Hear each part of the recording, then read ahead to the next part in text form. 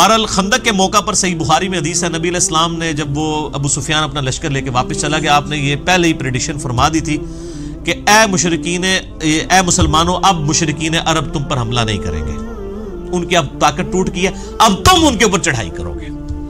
اور وہی ہوا۔ پھر آپ علیہ السلام نے یہ 5 ہجری میں غزوہ خندق ہوئی، 6 ہجری میں آپ علیہ السلام نے صحابہ، آپ کو اللہ تعالیٰ نے ایک خواب دکھایا، اس خواب کا ذکر بھی قرآن کے اندر موجود ہے اسی صورت میں۔ آپ نے خواب میں دیکھا کہ آپ یعنی عمرے کے لیے تشریف لے گئے ہیں اور آپ کے اصحاب بھی ساتھ ہیں، اور کوئی حلق کروا رہے ہیں، کوئی قصر کروا رہے ہیں، اور نبیوں کا خواب تو وہی الہی ہوتا ہے، جیسا کہ سورہ الصافات میں آیا کہ ابراہیم علیہ السلام نے خواب دیکھا کہ میں اپنے بیٹے کو ذبح کر رہا ہوں، تو انہوں نے اپنے بیٹے سے ڈسکس کیا، تو وہی الہی ہے، یہ نبی کا خواب جو ہے، بخاری مسلم کی حدیث ہے، نبوت کا 46واں حصہ ہے۔ تو آپ نے اپنے صاحب سے کہا کہ یہ مجھے اللہ نے حکم دے دیا اصل میں، اور حکم یہ ہے کہ عمرہ کرنا ہے۔ اچھا، یہ عمرہ ایک یونیک عمرہ تھا جس میں قربانی کا جانور بھی ساتھ لے کے جایا گیا۔ ویسے قربانی کا جانور تو آپ حج قران کے اندر ساتھ لے کے جاتے ہیں، عمرے کے لیے بھی قربانی کا جانور لے کے جایا جا سکتا ہے۔ تو اسلحہ بھی ساتھ لیا، لیکن وہ بند اسلحہ تھا، یہ بھی ڈر تھا نا کہ کوئی حملہ نہ کر دے۔ تو بخاری مسلم میں آتا ہے کہ 1400 اصحاب، اور ایک روایت میں آتا ہے 1500، یعنی 1500 کے قریب اصحاب تھے جو آپ صلی اللہ علیہ وآلہ وسلم کے ساتھ عمرے کے لیے تیار ہو گئے جانے کے لیے۔ اب وہاں پہ مشرکین عرب کو یہ اطلاع پہنچ گئی، اب ادھر تو کھلبلی مچ گئی، انہوں نے کہا لو جی ہم پہ حملہ کرنا آ رہے ہیں اور یہ عمرے کے بہانے آ رہے ہیں۔ تو انہوں نے خالد ابن ولید کو اور ایک اور شخص کو جو ابھی تک مسلمان نہیں ہوئے تھے بھیجا جاسوسی کرنے کے لیے۔ انہوں نے آ کے جب دیکھا کہ بھئی یہ تو مطلب اس ارادے سے نہیں آئے ہیں، اور کوشش بھی کی کچھ لوگوں کو یعنی چھیڑخانی کرنے کی کہ یہ ہمارے ساتھ لڑائی کرتے ہیں کہ نہیں۔ نبی علیہ السلام نے حکم فرمایا تھا کہ اگر وہ چھیڑخانی کرے بھی جواب نہیں دینا۔ ان کو خیر یقین ہو گیا، انہوں نے جا کے واپس رپورٹ کی کہ یہ تو اس لیے نہیں آ رہے ہیں۔ لیکن ابو سفیان اور باقی لوگوں نے کہا کہ نہیں یہ تو اس طرح، تو ہم قریش مکے کے سردار ہیں، یہ کس طرح اس طرح آ سکتے ہیں، ہماری ناک کٹ جائے گی، ان کو روکو، نہیں آنے دینا۔ اب بیچ میں کچھ ایسے لوگ بھی شامل ہوئے جنہوں نے سمجھایا کہ بھئی تمہاری پوری دنیا کے اندر بے عزتی ہوگی، حرم تو سب کے لیے ہے، اور تم یہ حرم کی بنیاد کے اوپر ہی ساری یہ روٹی روزی تمہاری چل رہی ہے، باہر کے لوگ آتے ہیں، اور حرم جو ہے یہ ایک انٹرنیشنل سٹی ہے، سب لوگ ادھر آ سکتے ہیں حج عمرے کے لیے، تم کیسے اس کو روک سکتے ہو، تو بدنامی ہوگی۔ بہرحال خیر یہ سارے معاملات چلنا شروع ہوئے۔ یہ پوری ڈیٹیل آپ کو غزوہ جو صلح حدیبیہ کا چیپٹر ہے بخاری میں اور مسلم میں، یہ پوری ڈیٹیل آپ کو اس میں مل جائے گی۔ الٹیمیٹلی انہوں نے عروہ ابن مسعود کو، جو عبداللہ ابن مسعود کے بھائی تھے، وہ کافر تھے، ان کو جو ہے نا بھیجا نبی علیہ السلام کے پاس ڈسکشن کے لیے کہ آپ واپس چلے جائیں۔ اس نے آ کے نبی علیہ السلام کو بڑا یعنی ڈرایا اور دھمکایا، یعنی جا کے خیمے کے اندر کہ یہ تمہارے ساتھی جو ہیں تمہیں چھوڑ کے چلے جائیں گے، اور تم اس طرح نہ کرو، ہو سکتا ہے تمہیں مار دیں قریش مکہ، اور یہ وہ۔ اب اس ظالم کو کیا پتا تھا کہ یہ تو اللہ کے پیغمبر ہیں، ٹھیک ہو گیا۔ اب اسی دوران صحیح بخاری کے الفاظ ہیں کہ جب یہ گفتگو کر رہا تھا تو حضرت ابو بکر صدیق رضی اللہ تعالیٰ عنہ پاس ہی بیٹھے ہوئے تھے، آپ کو بڑا سخت غصہ آیا۔ یعنی ایک شخص حضور کے منہ پہ آ کے یہ دھمکی دے رہا ہے کہ تجھے تیرے ساتھی چھوڑ جائیں گے جو تیرے لیے اتنی قربانیاں کر رہے ہیں، تو نے اپنی جان بچانی ہے تو واپس چلا جا۔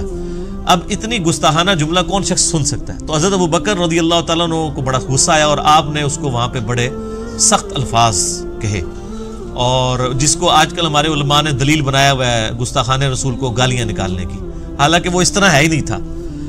وہ تو انہوں نے وہ بات کی جو کرا کرتے تھے، تو چونکہ وہ اپنے بت لات اور منات کی شرمگاہوں کو چاٹتے تھے، یہ ان کی ایک عبادت کا تصور تھا۔ جس طرح ہمارے بھی پنجاب کے اندر ایک ایسا دربار ہے جہاں پہ یعنی لکڑی کے بنا کے شرمگاہیں لٹکائی ہوئی ہیں، اور لوگ وہاں پہ مطلب جاتے ہیں، چڑھاوے بھی چڑھاتے ہیں۔ تو حضرت ابو بکر کو اتنا غصہ آیا کہ تم نبی علیہ السلام سے اس طریقے سے گفتگو کر رہے ہو، تو انہوں نے کہا جاؤ تم لات اور منات کی شرمگاہیں چاٹو، جو تمہارا کام ہے۔ یہ آپ نے گالی نہیں دی تھی، جو وہ کرتے تھے وہی کہا تھا۔ گالی تو ہوتی ماں بہن کی کو گالی نکالتے ہیں، یا جس طریقے سے گالی نکالنے کا انداز ہے، اس کو گالی کہنا غلط ہے۔ جس طرح آج اگر کوئی قبر کی مٹی چاٹتا ہے اور ہم اس کو کوئی قرآن و حدیث سے بات سمجھاتے ہیں اور وہ بات ماننے کے لیے تیار نہیں ہوتا، تو ہم کہیں گے جا تو فلاں قبر دی مٹی جا کے چاٹ، تو یہ کہے گا مجھے گالی دے دی ہے۔ وہ تو چاٹتے ہیں نا سر، تو گالی تو نہ ہوئی، جو کرتے تھے وہ۔ خیر میرا یوٹیوب پہ کلپ بھی ہے، گستاخوں کو گالیاں دینا کیا ثواب کا کام ہے، تو اس میں میں نے ان کے سارے دلائل ذکر کیے ہیں قرآن و حدیث میں جو وہ پیش کرتے ہیں۔ پھر حضرت مغیرہ ابن شعبہ رضی اللہ تعالیٰ عنہ بھی پاس کھڑے ہوئے تھے، اور وہ تھوڑی تھوڑی دیر بعد بخاری کے الفاظ ہے کہ اس کی عادت تھی وہ حضور کی داڑھی کی طرف نہ ہاتھ بڑھاتا تھا بات کرنے میں نا. اس کا ایک بعض لوگوں کا ایک عادت ہوتی ہے نا, تو یہاں پہ بھی بعض لوگ جو ہیں وہ کسی کو منانے کے لیے اس کے داڑھی کو ہاتھ تھوڑی کو ہاتھ لگاتے ہیں. تو جب وہ داڑھی کو ہاتھ لگاتا تو حضرت مغیرہ ابن شعبہ جو ہے نا وہ اپنی تلوار کا جو دستہ ہے نا بیک سائڈ کے اوپر وہ اس کے ہاتھ پہ یوں مارتے کہ پیچھے کر گستاخ, اپنے ناپاک ہاتھوں کو نبی علیہ السلام کی داڑھی سے پیچھے کر. اچھا, تو اسی میں آتا ہے کہ جب حضرت ابوبکر نے اسے کہا تو اس نے کہا ابوبکر میں تجھے جواب دے سکتا ہوں اس بات کا, لیکن تیرا میرے اوپر احسان ہے, میں اپنی زبان بند کرتا ہوں. لیکن حضرت مغیرہ ابن شعبہ کے بارے میں جب بات ہوئی تو اس نے پھر کہا کہ بھی اس کو پھر انہوں نے یعنی اس نے جواب دیا اور ان کی کوئی پرانی غلطی ذکر کر دی کہ انہوں نے وہ کہیں پہ چوری کی تھی, کوئی ڈاکہ مارا تھا اور مال لوٹ کے لے آئے تھے. اس کے بعد وہ مسلمان ہو گئے تھے. تو حالانکہ نبی علیہ السلام کے پاس جب آئے تو آپ نے کہا کہ تیرا اسلام قبول ہے لیکن یہ مال میرے پاس نہیں, تو نے جمع کرانا, مال تو جو ہے نا وہ جس کا ہے اس کو دے. تو اس کی طرف اس نے اشارہ کیا کہ اس وقت میں نے تجھے پناہ دی تھی نا جب تو نے لوگوں کا مال اس طرح ہڑپ کیا تھا. تو یہ مغیرہ ابن شعبہ رضی اللہ تعالیٰ کو اس نے جواب دیا. اچھا جی, پھر اسی دوران نا نبی علیہ السلام خیمے سے باہر تشریف لے کے جو تھا نا عروہ ابن مسعود وہ وہیں پہ موجود تھا جو کافروں کی طرف سے ایلچی بن کے آیا ہوا تھا. یہ بخاری میں پوری حدیث ہے ڈیٹیل کے ساتھ کتاب الشروع چیپٹر کے اندر. اب نبی علیہ السلام وضو کر رہے ہیں تو صحابہ کرام نیچے ہاتھ لے کے کھڑے ہو گئے, آپ کے وضو کا پانی نہیں نیچے گرنے دے رہے. حتیٰ کہ آپ علیہ السلام نے تھوک پھینکی تو ایک صحابی نے وہ بھی اپنے ہاتھوں پہ لے کے اپنے جسم پہ ملی, اور کسی کو نہیں جب پانی وہ ملتا تھا, ظاہر آپ کتنے لوگ سائڈ پہ, اب 1400 صحاب ہیں, تو جس کا ہاتھ گیلا ہو جاتا تھا حضور کے وہ پانی گرنے کی وجہ سے وہ اس سے اپنا ہاتھ مل کے اپنے جسم پہ مل لیتا تھا. اب یہ وہ منظر جو ہے نا عروہ ابن مسعود جو ہے نا وہ ڈائریکٹ تو نہیں دیکھ رہا تھا, وہ شرمندگی اس کو محسوس ہو رہی تھی کیونکہ ابھی تو وہ حضور کو کیا کہا تھا کہ یہ تو تجھے چھوڑ کے چلے جائیں گے.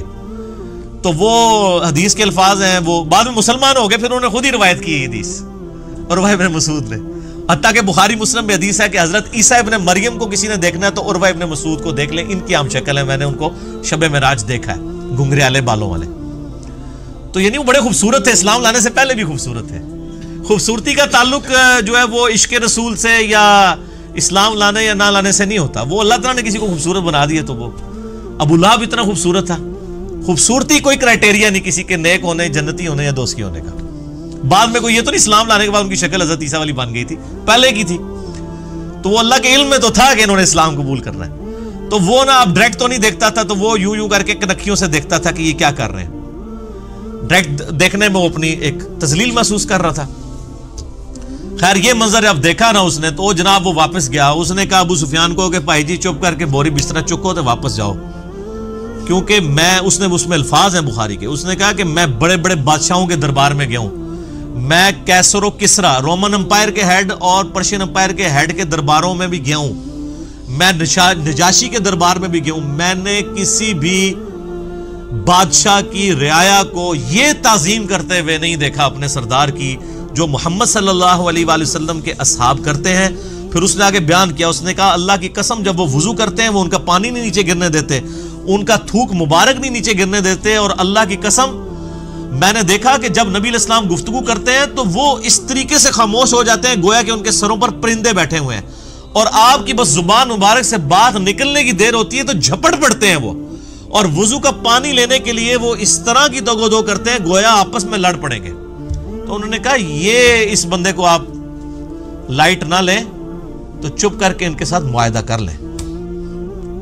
اب یہ ان کے لیے بہت بڑی تذلیل تھی کہ معاہدہ کر لیں. معاہدے کا تو مطلب یہ ہے کہ انہوں نے مسلمانوں کو پاور کے طور پہ تسلیم کر لیا. ابھی تک تو وہ 3 دفعہ تو مارنے کے لیے آئے نا, بدر میں, احد میں اور خندق میں. اب وہ پاور تسلیم کریں گے تو تبھی معاہدہ کریں گے. سہیل ابن عمر کو بھیجا, وہ بھی بعد میں صحابی بن گئے. ان کا بیٹا تھا ابو جندل اور دوسرا بیٹا تھا عبداللہ. سر یہ آپ نے سب کچھ دیکھنا تو عمر سیریز دیکھے.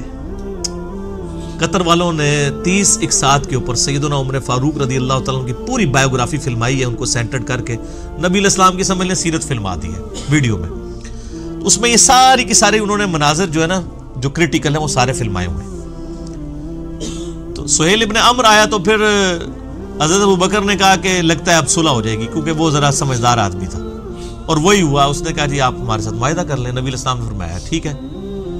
تو کاغذ قلم یعنی اس وقت جو چمڑا تھا اور قلم منگوائی گئی, بخاری شریف میں الفاظ موجود ہیں، نبی علیہ السلام نے یعنی اس میں لکھی ہوئی تھی بسم اللہ الرحمن الرحیم، تو اس نے پہلا اعتراض ہی بسم اللہ کے اوپر کر دیا، کیونکہ مشرکین عرب اللہ تعالیٰ کے لیے رحمان اور رحیم کے لفظ کو نہیں مانتے تھے، اسی لیے وہ سورۃ الکہف میں آتا ہے نا، سورہ بنی اسرائیل میں، کہ اللہ کو اللہ کہہ کے پکارو یا رحمان کہہ کے، یہ سب اچھے نام اللہ ہی کے ہیں۔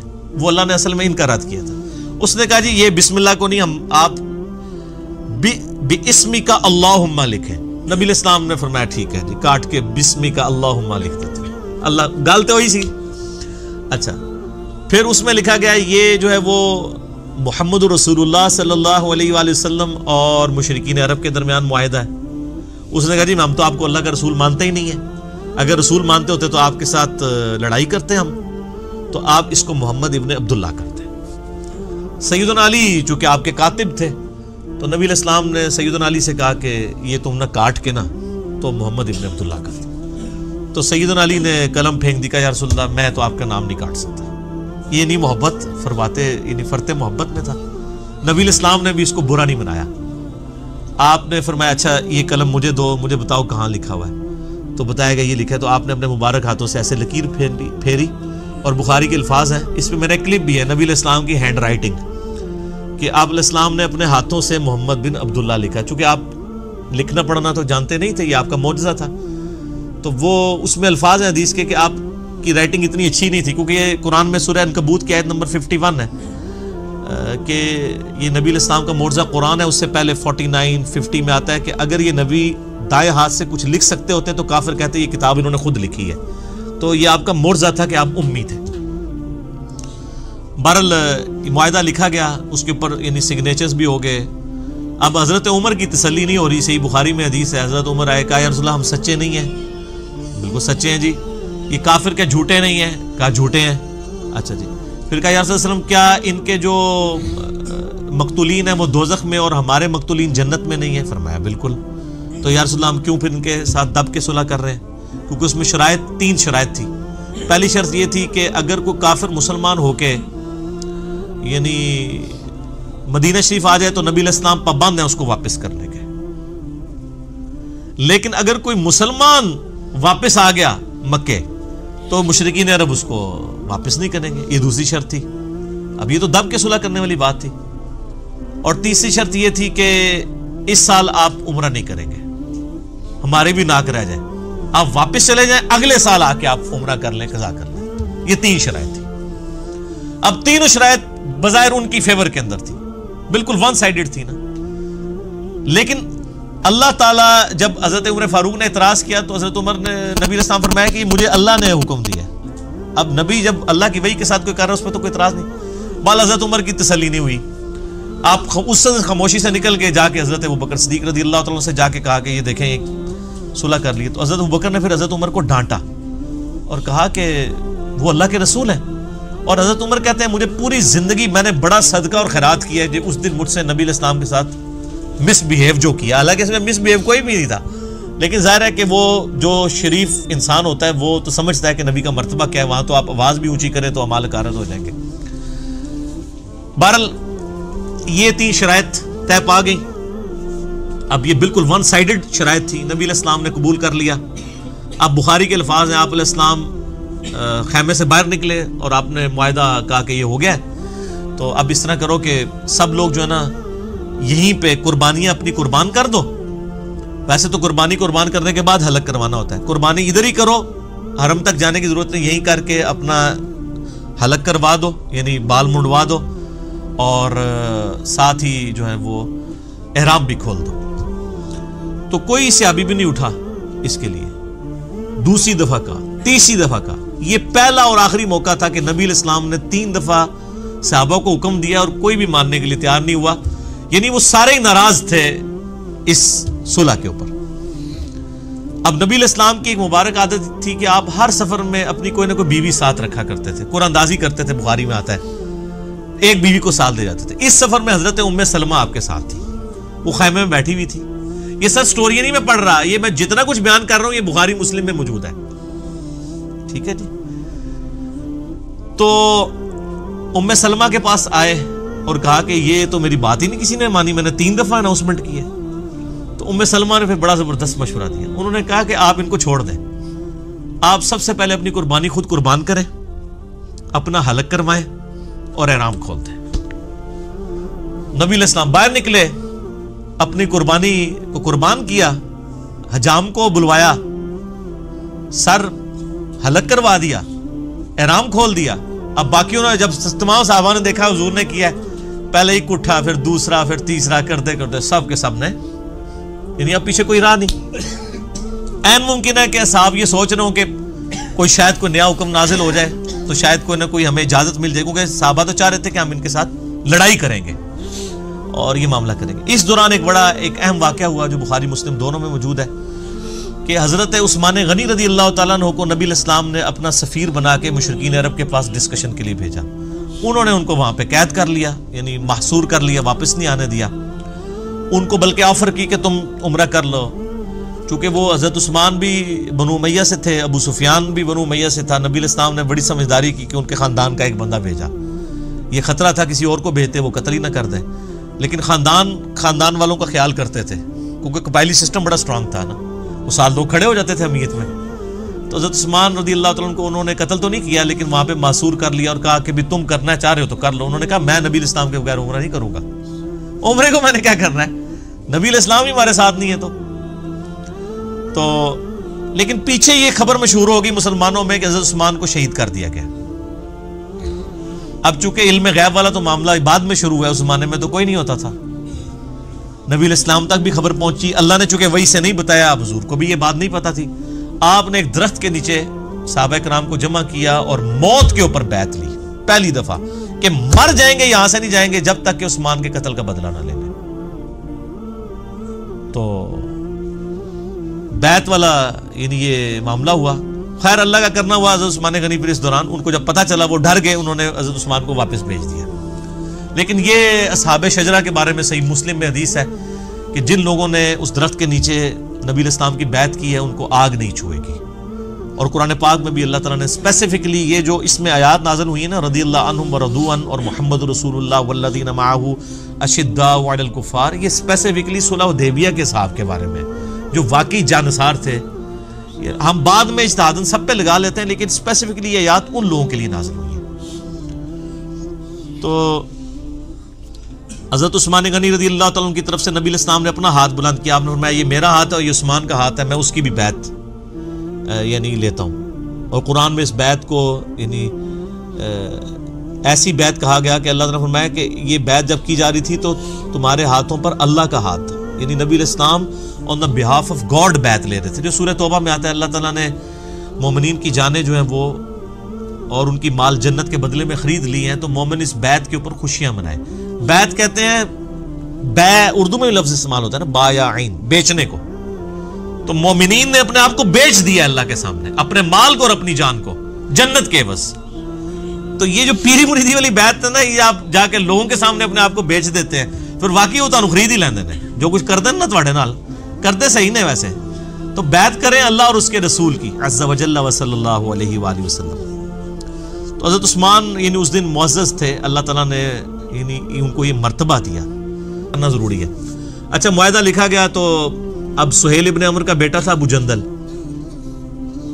وہ مسلمان ہو چکا ہوا تھا. جو معاہدہ لکھنے ہے اس کا بیٹا مسلمان. اسی دوران وہ وہاں پہ آ گیا, بیڑیوں میں جکڑے ہوئے تھے, وہ بھاگ کے آ گئے. تو ابو جندل کی حالت دیکھی مسلمانوں کو ترس آ گیا. تو سہیل ابن عمر سے نبی علیہ السلام نے کہا کہ ابو جندل کو تو میرے پاس رہنے دو. اس نے کہا نہیں جی معاہدہ لکھا جا چکا ہے. آپ نے بڑی کوشش کی, فرمایا کو فدیہ لے لو, کچھ کر لو, اس کو نہ لے کے جاؤ. کیونکہ ابو جندل بھی چیخ رہے تھے کہ مجھے بڑا میرے ساتھ ظلم ہوتا ہے, زیادتی ہوتی ہے. الٹیمیٹلی جب سہیل نہیں مانا جا رہا, وہ باپ بھی تھا, تو نبی علیہ السلام نے پھر کہا کہ ٹھیک ہے ابو جندل صبر کرو, اللہ تعالیٰ کوئی نہ کوئی تمہارے لیے راستہ نکالے گا. چونکہ اب معاہدہ ہم لکھ چکے ہیں کہ کوئی مسلمانوں میں سے, یہ ایک ہی بندہ تھا جو آیا تھا, ٹھیک ہے نا, جو واپس کرنا پڑ گیا اسی موقع کے اوپر. اب سہیل ابن عمر واپس لے گیا اور بڑا خوش ہوا, کہتا دیکھنا پھر اسی کیسی شرط میں رکھی کہ نہ میں سیاڑا ہوا, یہی نہیں پتا یہی شرط گاٹے فٹ ہونی سی, یہی گلے فٹ ہونی تھی یہی شرط. تو اس وقت پھر ابو جندل نے سہیل ابن عمر سے کہا کہ تو کیا سمجھتا ہے کہ اس شرط سے تمہیں فائدہ ہوگا؟ بتاؤ آج تک جتنے مسلمان ہوئے ہیں کبھی مدینے سے مکے کو واپس آیا حضور کو چھوڑ کے؟ کوئی ایک بھی مرتد ہوا ہے؟ اسے کہا نہیں. تو ان کا تو اس سے حضور کو کیا فرق پڑے گا, ادھر سے تو کوئی نہیں آنا. اگر تم کہتے ہو کہ یہاں سے لوگ وہاں جانا چھوڑ دیں گے تو کیا وہ اسلام قبول کرنا چھوڑ دیں گے؟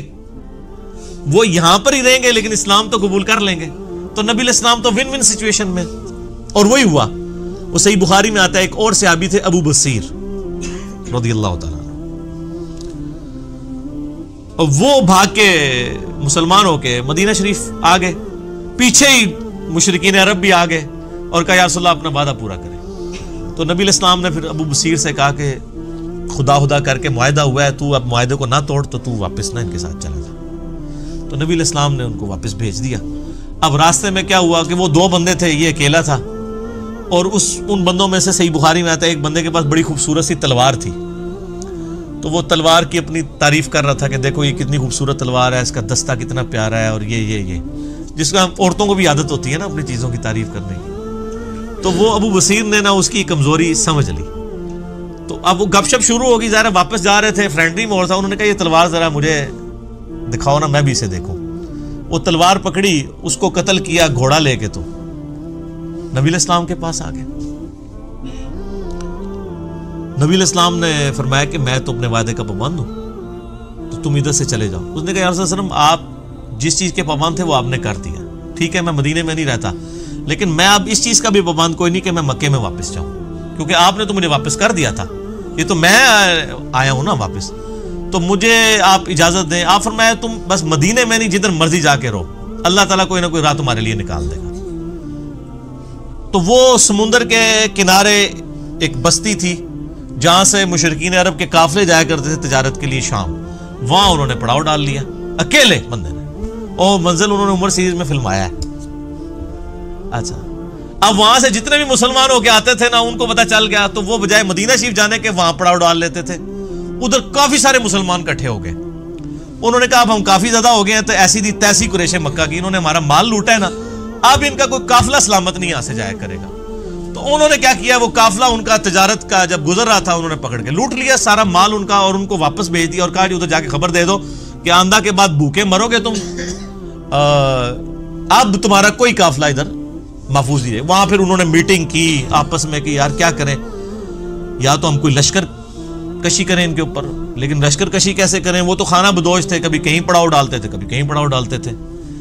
تو الٹیمیٹلی یہی ڈیسائیڈ ہوا, سہیل ابن عمر کو بلایا گیا کہ تو بڑا سیاڑا مردہ سے نا, تو مہربانی کر جا کے نبی علیہ السلام کو ریکویسٹ کر کے یہ شرط ختم کرتے ہیں, اور جو لوگ مسلمان ہو رہے ہیں نا اللہ کا واسطہ جو انہوں کو اپنے کول ہی رکھو, ساڈے تو جان چھڑاؤ, کم از کم آپ کے پاس رہیں گے, کم از کم ہمارے قافلے تو نہیں لوٹیں گے نا, کسی چیز کے پابند تو ہوں گے. پھر وہ واپس آئے اور انہوں نے آ کے ریکویسٹ کی, اور نبی علیہ السلام کی شرافت تھی, آپ نے قبول کر لی. آپ فرمایا چلو ٹھیک ہے. پھر ان کی یہ جان چھوٹی.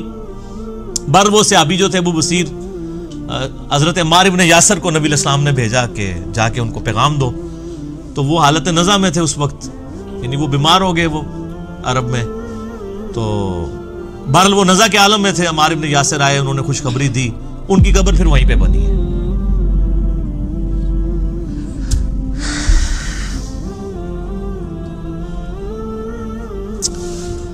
ان لوگوں کے نام بھی آج لوگوں کو نہیں پتا کیسے, یعنی ان لوگوں نے اپنی طرف سے ہوشیاری کرنے کی کوشش کی. اچھا, جب یہ سب کچھ ہوا پھر حضرت عمر آئے حضرت ابو بکر کے پاس اور کہا کہ آپ نے سچ کہا تھا, یہ اللہ کے رسول ہے صلی اللہ علیہ وسلم. یعنی میرا وہ ویژن نہیں تھا کہ ہم دب کے صلح کر رہے ہیں, اور یہ صلح جو ہے وہ مسلمانوں کے لیے فتح کی نوید ثابت ہونی ہے.